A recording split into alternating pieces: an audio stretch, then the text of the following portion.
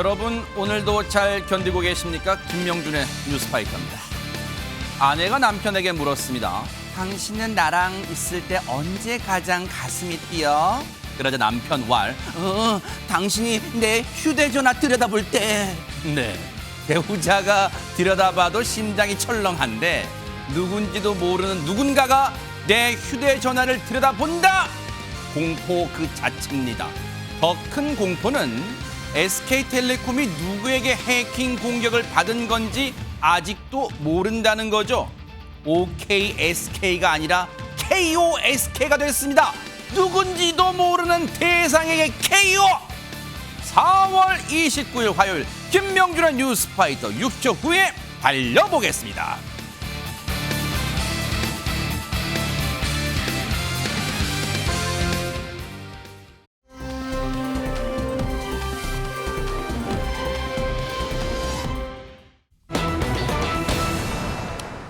자, 오늘요. 이승기 씨, 우리한테 친숙한 이름인데 이승기 씨 관련 얘기가 나오고 있던데 대체 무슨 얘기일까요? 이담 아나운서. 네, 일단 이승기 씨는요, 2년 전에 배우 견미리 씨의 둘째 딸인 배우 이다인 씨와 결혼을 했습니다. 그리고는 지난해에 딸도 품에 안았는데요. 결혼 후로는요, 원래 굉장히 활발하게 활동했었는데 활동이 좀 뜸했습니다. 이승기 씨 배우로도 활동하고 가수로도 활동하고 예능에도 많이 나왔었는데요. 그렇죠. 좀 뜸했는데요. 오늘 가족과 관련한 입장문이 하나 나왔습니다. 바로 처가와 관련한 입장문이었는데요. 네. 내용은 이랬습니다. 가족 간의 신뢰는 회복하기 어려운 수준으로 훼손됐고 저희 부부는 고민 끝에 처가와의 관계를 단절하고자 합니다. 라면서 가족 간의 신뢰를 바탕으로 이제 결과를 기다려왔던 저로서는 장인어른의 부정행위에 대해서 참담한 심정을 감출 수 없습니다. 라고 했습니다. 그러니까 처가와 관계를 이제 단절하겠다라면서 그 이유로는 장인어른을 꼽은 겁니다. 어머머. 일단은 우리 시청자분들 눈에 딱 들어오는 게 두 가지 표현이잖아요. 처가와의 관계를 단절하겠다. 이런 말, 요즘 말로 하면 손절한다. 나 이제 처가랑 손절할 거야. 그러는 거예요. 그런데 그 이유로 든 게 박성배 변호사님 장인어른 탓이라 그랬어요. 무슨 일이 있었던 거예요, 장인어른한테? 일단 이승기 씨 입장문에 따르면 장인에게 제기되었던 위법 사항이 있는데 이 사항이 파기환송심에서 벌금형을 선고받았다고 합니다. 그런데 최근에 유사한 위법 행위로 다시 기소되었다는 설명입니다. 전반적인 사안을 설명해 드리자면 앞서 견미리 씨의 남편이자 이승기 씨의 장인인 이모 씨가 주가를 조작해 거액의 부당이득을 챙긴 혐의로 기소돼 재판을 받아왔습니다. 네. 이 사건이 1심에서 유죄 판결을 받았다가 2심에서는 무죄로 결론이 뒤바뀌었는데 네. 대법원으로 넘어간 뒤에 심리 끝에 결국 유죄 취지로 파기환송된 바 있습니다. 네. 이승기 씨 설명에 따르면 이 사건이 파기환송심에서 벌금형이 선고되었다는 것입니다. 그런데 여기서 그치지 않고 또 최근에 유사한 위법 행위가 있었고 다시 기소가 되었다는 것입니다. 그런데 여기서 그치지 않습니다. 오늘 전해진 소식에 따르면 검찰은 이 장인이 씨를 코스닥 상장사 주식 시세 조정으로 부당이득을 취하는 데 가담했다면서 구속했다는 소식이 전해졌습니다.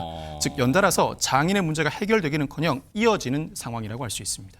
지금 얘기를 들어보니까 이승기 씨의 장인이라는 분한테 이른바 다른 사건도 아니고 주가 조작 혐의 관련 사건들이 계속해서 터지고 있는 것 같은데 지금 박주희 변호사님 이 말인즉슨 그러면 사위로서 그동안 장인어른의 이러한 연루된 범죄 혐의에 대해서 모르고 있지는 않았다. 이렇게 좀 들리네요. 네, 맞습니다. 사실 이승기 씨 결혼 전부터 사실 논란이 많았습니다. 이승기 씨가 이다인 씨와 결혼한다라고 발표를 했을 때 누리꾼들 같은 경우는 그 당시는 예비 장인이었겠죠. 이 예비 장인의 이 주가 조작 혐의에 대해서 논란이 많았습니다. 그런데 그 당시에는 이승기 씨가 이 부분은 본인의 결혼 전에 발생한 일이라면서 선을 그었습니다. 하지만 이제 누리꾼들의 이제 시선은 곱지 않았는데요. 그러다 보니까 이승기 씨가 입장문을 발표하기도 했습니다. 네. 지난해 6월 그러니까 장인이 이제 대법원에서 파기환송을 당했을 때 이승기 씨 측에서는 이제 자신은 한 가정의 가장이고 남편이자 한 아이의 아빠 그리고 이 집안의 사위로서 책임을 다하고 있다.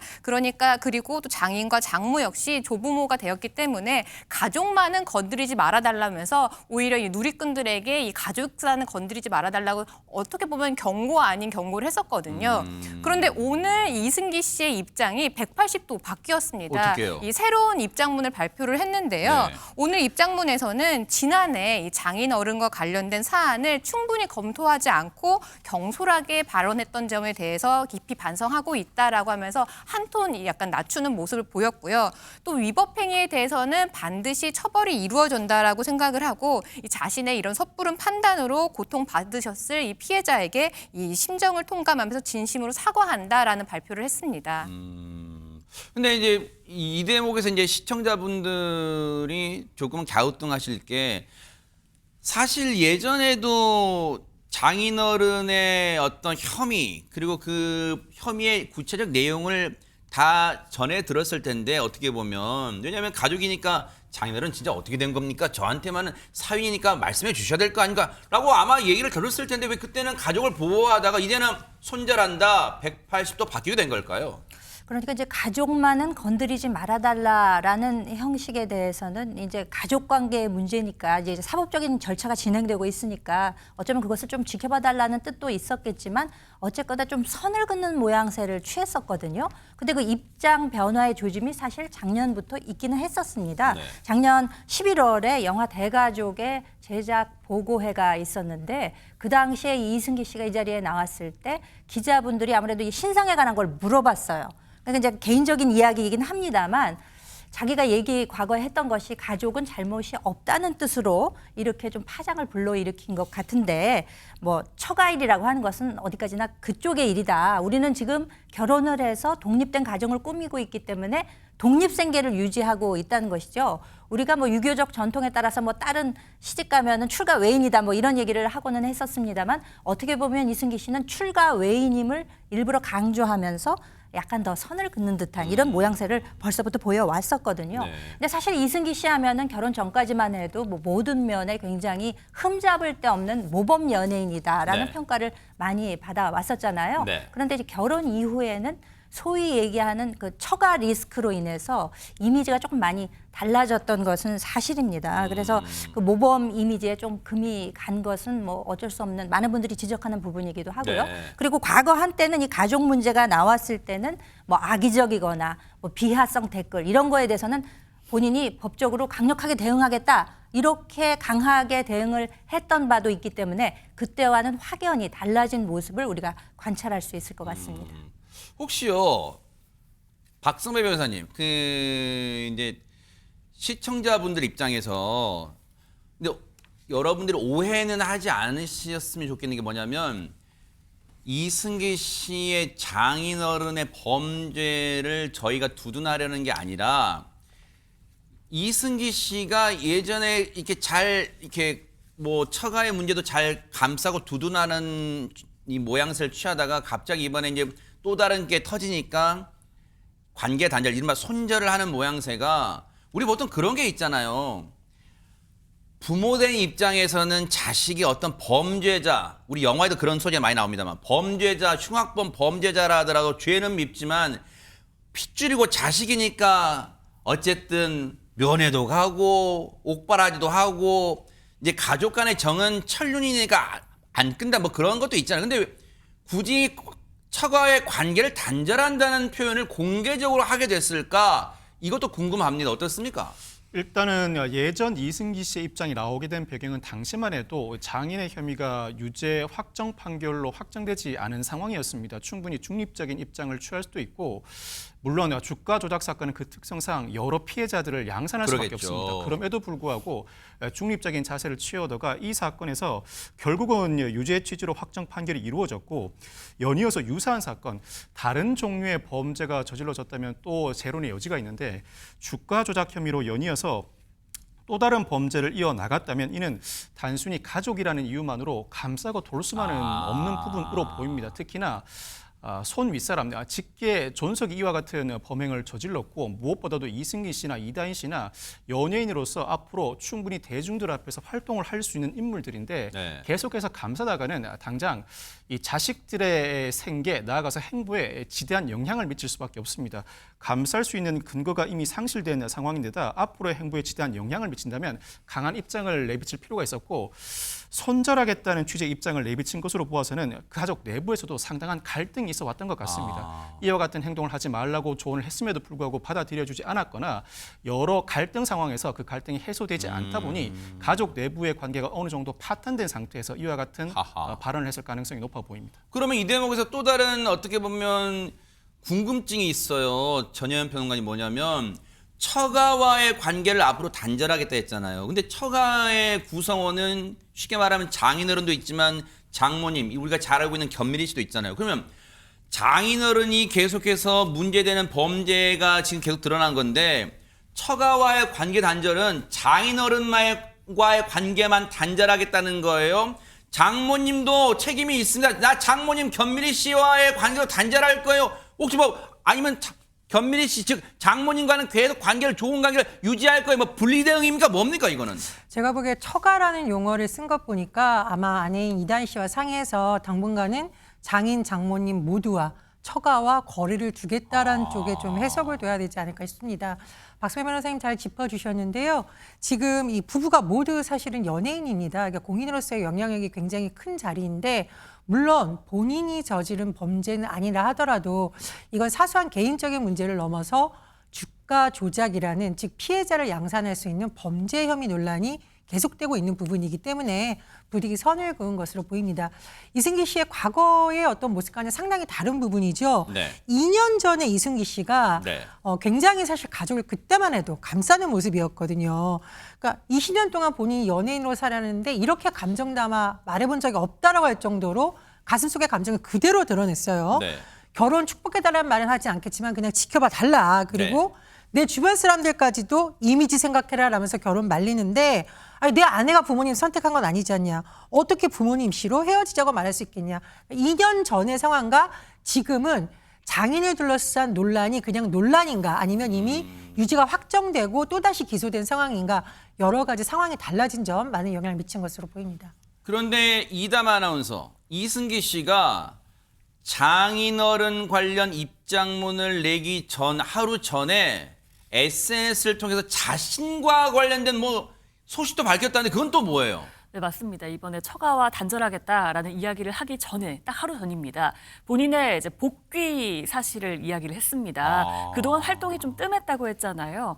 뭐 예능이나 뭐 배우로서도 이제 활동이 뜸했는데 가수로서 복귀한다라는 이야기를 밝혔습니다. 그러니까 이승기 씨는 원래 가수죠. 네, 원래 가수죠. 그렇죠, 노래도 그렇죠. 굉장히 잘하고요. 근데 오는 5월이죠. 곧 있으면은 가수로 복귀를 하는데 다음 달 얼마 이틀 남았네요. 오늘 4월 29일이니까. 네, 그렇습니다. 5월 7일에 이제 복귀를 한다고 했는데요.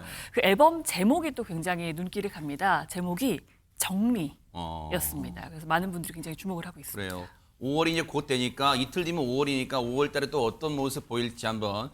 연좌제는 대한민국에 없어요. 장인어른이 잘못했다고 해서 그 미운 털이 이승기 씨한테 박혀서는 안 되겠다. 이승기 씨는 이승기 씨 자체만으로 팬분들과 시청자분들이 대해주시면 어떨까 하는 생각을 해봅니다.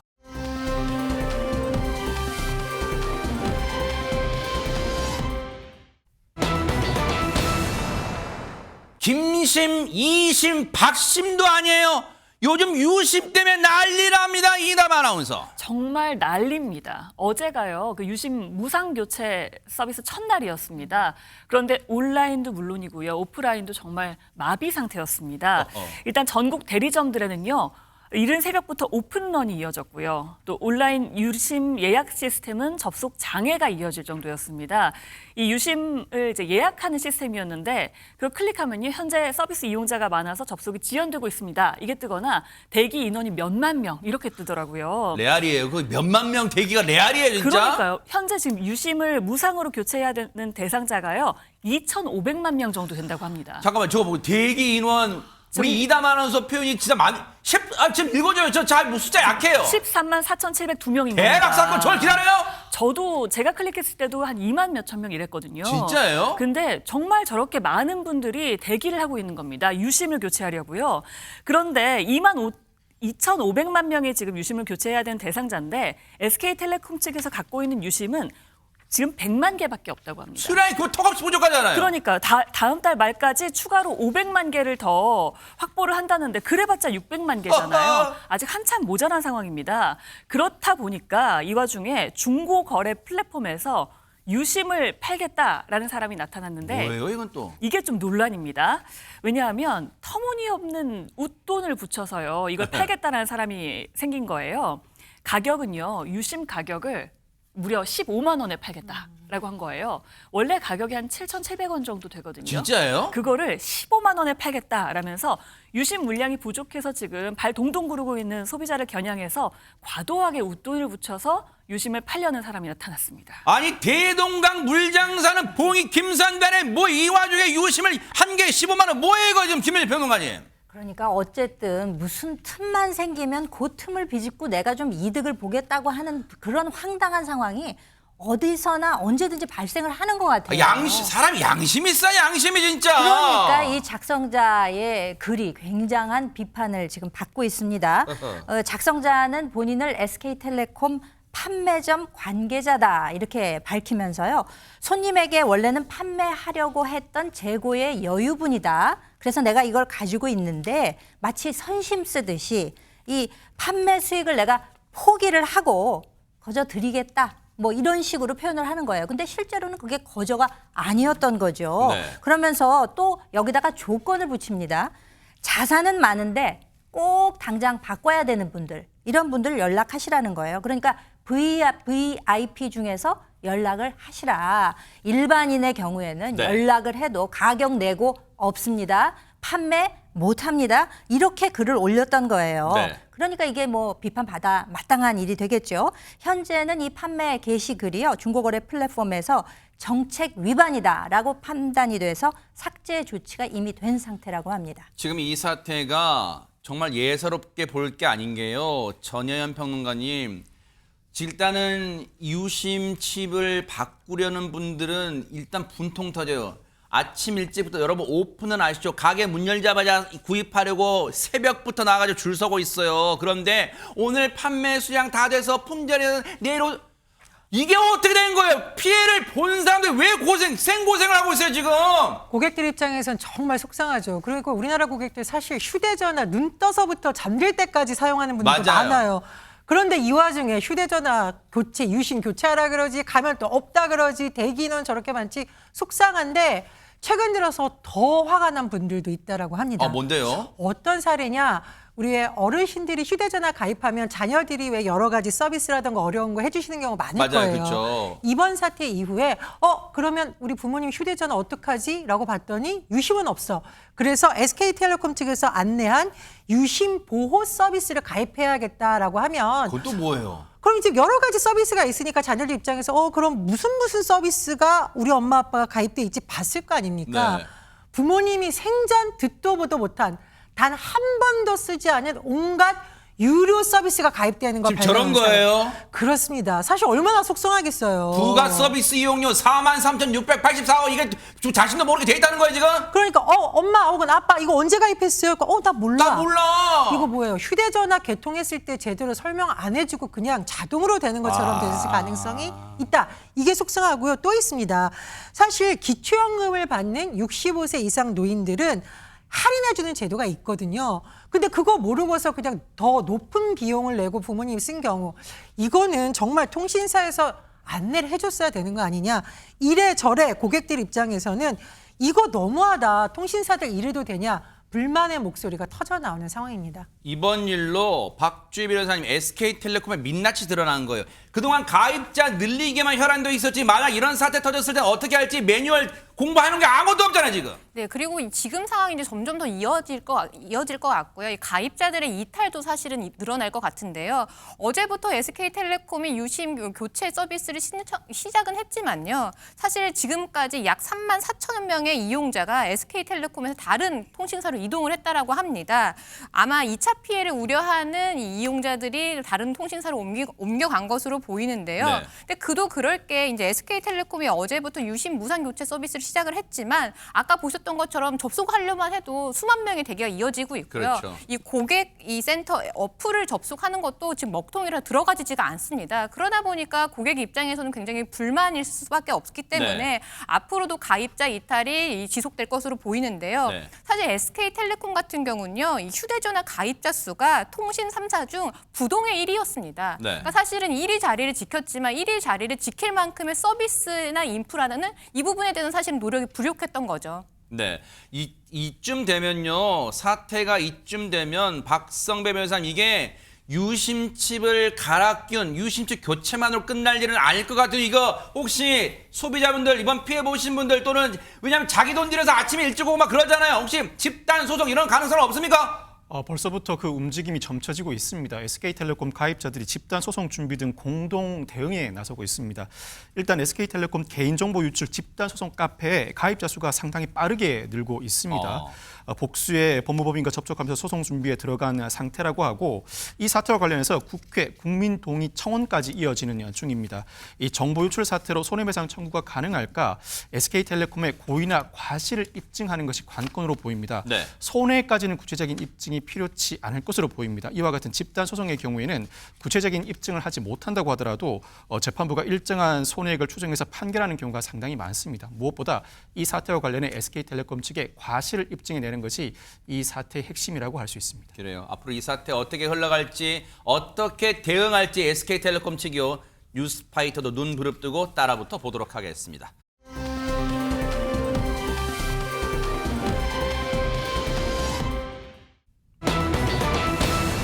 분위 바꿔볼게요. 어머나 세상에 맨 호텔 조식먹는 선우용녀 씨가 오랜만에 몰라 네 이다 말아서 왜 나왔을까요? 선우용녀 씨가요. 올해로 벌써 80세를 세상에 맞이했다고 진짜예요? 해요. 45년생이시거든요. 와. 근데 선우용녀 씨가 최근에 유튜브를 통해서 솔로 라이프를 공개를 세상에. 했습니다. 선우용녀 씨가 매일 아침 향하는 곳, 아까 보신 것처럼 호텔 뷔페로 아침 식사를 시작한다고 해요. 진짜요? 네. 선우용녀 씨가 남편을 2014년에 이제 먼저 보내셨거든요. 그리고 자녀들도 결혼하고 나니까 혼자 살다 보니까 내 자신을 위해서 좀 살아야겠다라는 생각이 들었다면서 이제 돈을 모아놨는데 그 돈 뭉치를 이고지고 이 세상 떠날 때 이고지고 갈 것도 아닌데 네. 돈 아끼면 뭐하냐 그러면서 내 몸을 위해서 써야지라고 생각을 하셨다고 해요. 네. 근데 제작진이 이 조식 뷔페는 너무 비싼 거 아니냐, 그러니까 돈 이고지고 갈 거 아닌데 다 쓸 거다라고 얘기를 하셨더라고요. 또 선영유 씨는요, 뷔페에 여러 가지 음식이 있어서 좋다라면서 혼자 살면 이제 혼자 시장 가서 장을 봐서 여러 가지 사와서 한 끼 식사를 해 먹고 나면은 나머지는 다 버린다는 거죠. 너무 아깝다는 거예요. 그렇게 장 보는 게 일주일 식비로 한 7, 8만 원 정도 드는데 여기다 돈을 조금 더 보태면 조식값이다. 그러니까 그렇게 비싼 거 아니다. 합리적이다라고 이야기를 했다고 합니다. 그러네요. 나름 손수 장을 보는 일주일치 비용 그리고 매일 아침 우아하게 호텔 조식 비용 기회 비용 따져봤더니 거기더라 합리적인 선택을 하신 것 같은데 전혜연 평론가님 자신을 위해서 뭔가 아낌없이 내가 소중해 나를 사랑해 이런 모습 괜찮은 것 같은데요. 예, 근데 이제 선효영 씨가 80세시면 그 세대 분들 대부분이 결혼도 일찍 하시고 자녀 낳고 나면 보통 가족을 돌보는 데 일생을 다 보내신 경우가 맞아요. 많아요. 아마 선우용녀 씨도 그런 시간이 있었을 걸로 추정이 되는데 하지만 더 이상은 안 된다. 내가 나를 챙겨야 된다. 야. 이렇게 결심하게 된 계기가 있었다고 그래요? 합니다. 2016년 이 선우용녀 씨의 건강에 이상 신호가 왔다라고 하는데요. 사실 이렇게 몸이 아프기 전까지는 날 내가 잘 돌봐야지 이렇게 생각할 겨를이 없었다고 하는데 도대체 어떤 일이 있었길래 강하게 결심하게 된 건지 그 내용을 한번 들어보겠습니다. 네네. 저희 남편이 굉장히 정이 많은 사람이에요. 2011년에 괜히 맨 처음에 화를 내. 자식한테도 막 너 왜 여기 있냐고 나가라 그러고 길가에 가다도 아무 사람 보고 싸말라고 들고 그랬더니 이제 그때 치매더라고요. 그것만 있는 게 아니라 이제 파킨슨까지 왔더라고요. 그래서 병원 가는 3년 동안 하는 동안에 내가 혈압이 올라가더라고요. 우리 남편이 돌아가셨어요. 그리고 녹화를 하는데 말이 안 나오는 거야. 갑자기? 이래 되는 거야. 그래서 중단을 했어. 그리고 의사가 넷이 있는데 일단 손을 들어보라 그러더라고.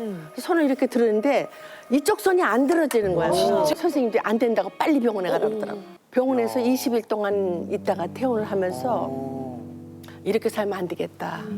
내려놓고 이제 애들 다 시집 장가 보냈으니까 이제 나를 위해서 살아야 되겠다.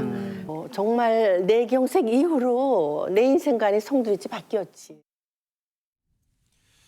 얘기를 들어봤더니 김현주 평론가님, 선우용 씨가 정말 큰 일을 겪으셨네요, 진짜. 그렇죠. 뭐 건강에 대해서는 정말 할 말이 있으실 것 같습니다. 네. 뭐 누구에게나 건강 가장 소중하고 그 누구도 잃고 싶지 않은 게 있다면 바로 그게 이제 건강이겠죠. 그러겠네요. 근데 이제 선우용녀 씨가 앞서서도 말씀하셨다시피 2011년경부터 남편이 치매와 파킨슨병을 앓으셨기 때문에 네. 그 간병을 하느라고 사실 간병인의 스트레스도 굉장합니다. 그러겠죠. 이제 그것으로 인해서 인지는 몰라도 고혈압 진단을 받아서 혈압약을 먹기 시작했다고 해요.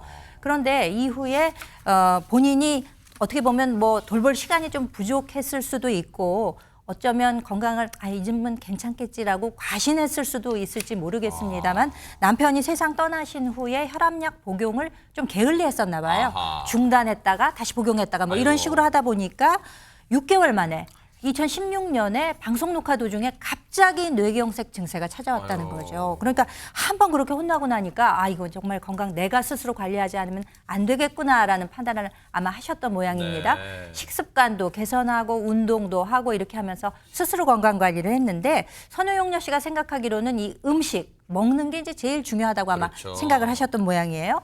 이 과거 개인적으로 선우용녀 씨는 이제 미국 생활을 하신 적이 있는데 1980년대에 미국에서 한식당을 운영할 정도로 굉장히 본인이 음식 솜씨도 좋으시고 네. 한 그런 뭐 여러 형편은 있습니다만 이제 와서 이제 혼자 몸이 되고 보니까 건강도 소중하고 그러다 보니까 이제 호텔 뷔페에 가서 네. 본인의 음식을 잘 챙기는 이런 모습을 보여주고 계시는데 네. 또 최근에 이 절친인 전원주 씨와 함께 요즘에 그 이제 연세가 높으신 분들은 실버타운도 많이 그렇죠, 구경하시잖아요. 그렇죠, 그렇죠. 그래서 실버타운 투어도 갔다 왔다고 그래요? 하는데 그 영상도 한번 함께 보시죠. 네네.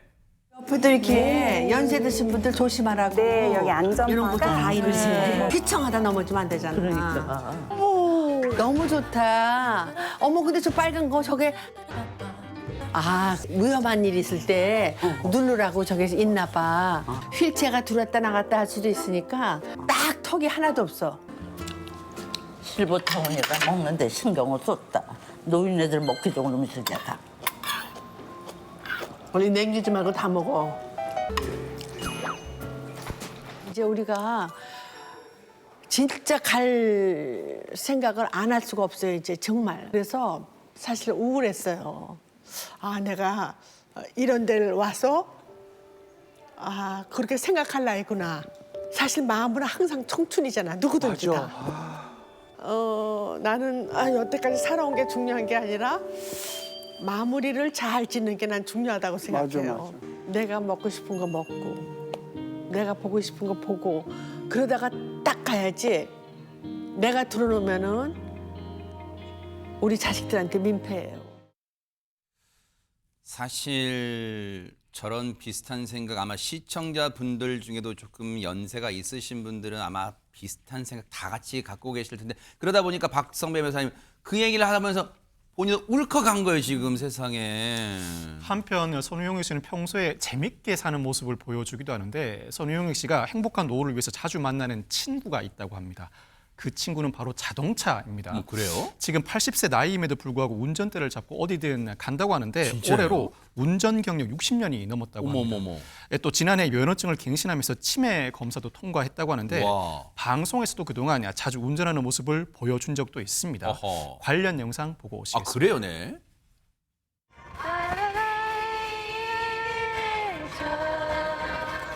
나는 이런 시내에서는 내비게이션 안 해요. 서울 시내는 다 알죠. 저는 운전하는 게 내 취미가 됐어요, 이제는요. 너무 운전이 내 애인 같아. 왜냐면 얘가 내가 가고 싶은 데 데려다 주잖아요. 뭐 목포, 부산, 또 강원도, 속초 다 다녀요. 맞아요. 차만 있으면 국내도 참 아름다운 곳 많은데 그러다 보니까 제가 쓸데없는 걱정이나 궁금증인지 모르겠지만 그 좋은 곳을 다니다 보면 더 일찍 먼저 세상을 떠난 남편 생각이 간절할 수도 있겠어요. 네, 남편을 그리워하는 얘기를 종종 했거든요. 선우용녀 씨는요, 또 남편이 굉장히 뭐 정도 많고 아까 그렇게 얘기했지만 다정하고 네. 자상하고 게다가 잘생겼고 그래요. 몸짱이다라면서 오. 자랑을 많이 했다고 해요. 네. 선우용녀 씨는 게다가 대한민국의 공식 1호 혼전 임신 연예인이라고 아, 그래요? 얘기를 하시기도 하거든요. 그런 건 뭐 기네스북은 아니죠. 네. 그 스토리가 있습니다. 아. 선용료 씨의 부모님이요. 그 남편이 10살 연상인데다 8남매 중에도 장남이어서 아, 그래요? 좀 이제 걱정을 하셔서 결혼을 반대했다고 해요. 네. 근데 그 얘기를 듣고는 남편이 집에서 나와라고 해서 그 길로 선용료 씨를 호텔로 데려가서 약 20일 동안 호텔에서 지냈는데 거기서 우리 딸이 생겼다라고 이야기하기도 했는데요. 네. 그러다 보니까 우리 딸의 고향이 호텔이다라고 또 농담을 하기도 하셨습니다. 네. 근데 그때는 옛날이잖아요. 그 사회 그렇죠. 분위기상 혼전 임신이라고 하면은 뭔가 이제 커리어가 끝나는 듯한 분위기였기 때문에 네. 일단 숨기고 있다가 임신 4개월 차에 남편과 결혼을 하기로 했고요. 아. 또 연예계에도 나중에 알려졌다고 하네요. 네.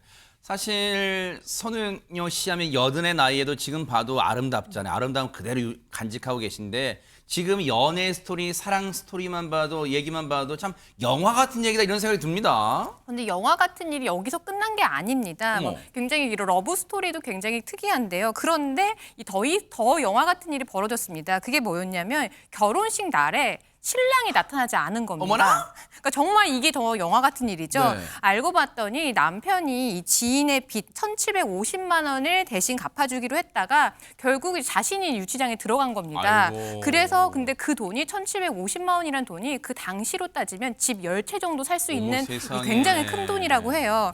그래서 이제 선우용료 씨는 이 남편을 유치장에서 빼내기 위해서 연대 보증을 서게 됐고요.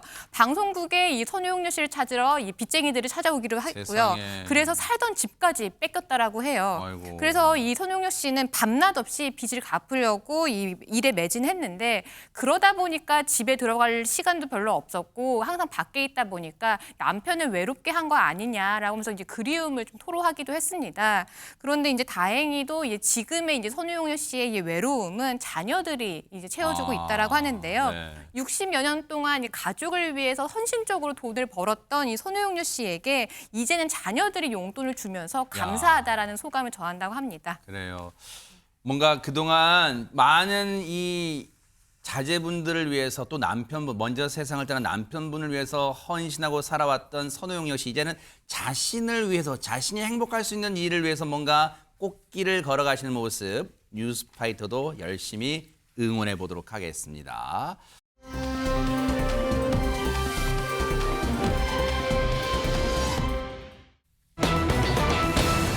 아니 제목만 봐도 뭔가 뒷목 잡을 것 같은데 대체 뭔가 이 종합 선물 세트 같은 사건 사고는 뭡니까? 터지고 달려들고 날아가고 정말 뭐 영화 한 장면 같잖아요. 그런데 어허. 우리나라에서 실제로 일어났었던 사고를 모아놓은 소식을 압축한 제목이라고 볼 수 있습니다. 어머나. 첫 번째 소식, 가장 앞에 있었던 터지고와 관련된 소식인데요. 어? 지난 27일 강원도 강릉의 한 주택에서 네. 정말 영화 속에서나 일어날 사건이 발생했습니다. 뭘까요? 무슨 일이었는지 영상으로 같이 보겠습니다. 네네. 자, 길을 걷던 행인이 갑자기 뒷걸음질을 칩니다. 무슨 일인가 싶은데 행인의 시선을 한번 따라가 보겠습니다. 자, 주택가에서 연기가 피어오르고 있죠. 잠시 뒤 구급차가 도착했고요. 이 구급차 다친 사람들을 이송시킵니다. 아 연기가 나는 거 봐서 뭐 큰 화재라도 난 거예요? 이담하면서 뭡니까 세상에? 불이 난 것도 굉장히 큰 사고이긴 한데요. 저거는 폭발을 한 겁니다. 네? 저게요, 포탄이 폭발을 한 사고인데요. 뭐라고요? 80대 노부부가 이제 주워온 고물을 분류하던 중에 포탄이 폭발을 한 겁니다. 웬 포탄인가 싶으시잖아요. 이 80대 노부부가 생계 유지를 위해서 그동안 고물을 주워왔대요. 그런데 주워왔던 고물 고철 중에 하나가 포탄이었던 거예요. 오호. 그러니까 10년 전에 군부대에서 사용하던 것으로 추정되는 포탄인데 네. 이걸 어디선가 주워왔고 또 이거를 그냥 고철이라고 생각하고 분류 작업을 한 겁니다. 하하. 해체를 하려다가 이게 폭발을 한 건데요. 해체 작업을 직접 했던 할아버지께서는 다리를 굉장히 심하게 다쳤다고 하고요. 네. 할머니께서 옆에 계시다가 1도 화상을 입어서 화상 전문 병원으로 이송됐다고 하고요. 노부부와 이웃이었던 한 60대 여성도 아이고. 그 자리에 함께 있었던 것 같습니다. 네. 그래서 인근 병원으로 이송됐다고 합니다. 포탄이 일반인 손에 들어갔다는 것은 우리 정부가 관리를 감독을 제대로 못했다는 거에 이건 반드시 그 경위를 파악해 주기 바랍니다.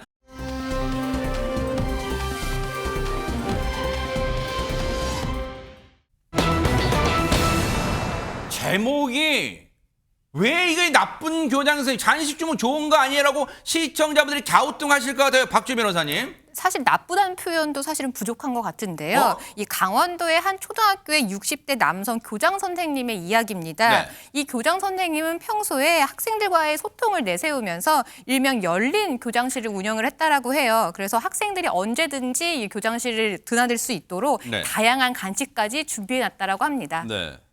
근데 보세요. 이 내용을 봐봐요. 열린 교장실. 문이 닫혀 있으면 들어가기 주저주저 하잖아요. 그런데 열린 교장실 이 단어는 뭐가 문제라는 거예요, 지금? 왜냐하면 지난해 11월에요. 그 열린 교장실 안에서 사건이 벌어졌습니다. 뭐라? 어떤 사건이냐면요. 한 여학생이 친구와 함께 이 교장실을 찾아갔습니다. 네. 그런데 교장 선생님이 그 해당 여학생에게 다가오더니 부적절한 신체 접촉을 한 겁니다. 그래서 이 친구가요. 함께 갔던 그 친구가 이 상황이 좀 이상한 것 같아서 휴대전화로 촬영을 했습니다. 그렇게 이 교장 선생님의 범행이 드러났습니다. 아, 진짜 이게 우리 이런 얘기를 합니다. 이게 교장이라는 사람이 이게 사람이에요? 부적절한 신체 접촉. 그것도 아이들한테 이게 사람이야, 진짜 김현주 평론가님 진짜. 네, 정말 분노가 치미는 일이죠. 그래서 이 교육당국이 경찰과 함께 해당 초등학교에 가서 전수조사를 했다고 합니다. 네. 그러니까 같은 수법으로 피해를 당했던 학생들의 숫자가 드러났는데 무려 10여 명 정도가 더 있었다는 세상에. 그런 것이 밝혀졌습니다. 더군다나 이 피해가 주로 이 성에 대한 인식이 아직 채 무르익지 않은 주로 저학년 여학생들에게 집중이 되어 있었다는 거죠. 몹쓸 인간이네요. 그렇습니다. 그렇기 때문에 더 큰 문제로 보입니다. 아니, 저희 사람이에요, 진짜? 어떻게 교육자도 아니에요. 어떻게 교장이란 인간이 아이들한테 이런 짓을 할 수가 있어요. 박성배 변호사님, 근데 이게 지금 적발된 걸로 끝날 일은 아닐 것 같은데요, 진짜? 신고를 접수한 강원도 교육청은 즉각 피해 학생을 분리 조치한 뒤에 이 교장을 직위 해제했습니다. 그리고 이 교장은 지난 2월 10일에 징계위원회 회부돼 파면됐습니다.